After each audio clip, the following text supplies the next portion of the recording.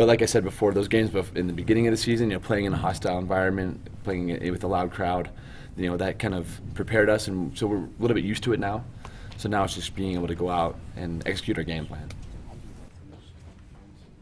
The BYU football team coming off a very easy win over Wagner and then the bye week. You could say they haven't really played a game for 3 weeks heading into this week's contest against San Jose State on the road. Late night kickoff in San Jose. I'm Jared Lloyd, BYU football beat writer and sports editor for the Daily Herald. Joining me, Darnell Dixon, BYU football columnist. And Darnell, going into this game, it's a road game, the first one they've had in a long time. What does BYU need to do to be ready to play the Spartans? Well, they already took care of that a little bit today. On Monday, they had a full contact practice. So they wanted to make sure they're ready to get hit again. Well, obviously they're an athletic team. They on both sides of the ball, and I know they have one of the top rushers in the league. But from a defensive standpoint, they've got some pretty good DBs that are gonna test our receivers, test our offense. And they've played, watching them on tape, they've played some physical defense as well. So it'll be good. It'll be good for us to challenge them, to take on that challenge. One of the things San Jose State has is a very good running back, and so BYU worked on tackling. They talked about on Monday, they got to be ready to bring this guy down, and that's not easy to do. Yeah, I haven't seen a lot of tape on him, but he's not real big. He's only about 180 pounds, but he's got to be very quick. He's put up over 1,000 yards, and certainly San Jose State will try to establish a run game.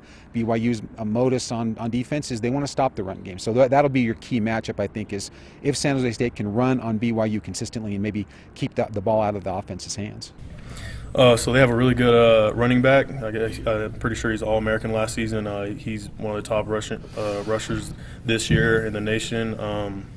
So they run the ball really well. I think what they're going to try and do is just run the ball. They have run-pass conflict stuff that they do. They haven't gone on the road for more than a month. It's been 6 weeks since they played their last road game. So there are some things working against BYU as far as being ready to go right at the kickoff. And so that, I think, will be a focus for the coaches and players this week is we need to be ready to go right at kickoff. It's a 9:30 start here Mountain Time, so 8:30 there. So they're going to be there all day long waiting around for kickoff. What do you do to just make sure everybody's ready to go? I don't know. By bedtime, I'm usually in bed at 9:30, so I don't know. I don't know. We're used to traveling. Traveling the whole first half of the season, and we're just used to it. I think we travel well, and I feel like we're ready for the challenge and shouldn't have any setbacks.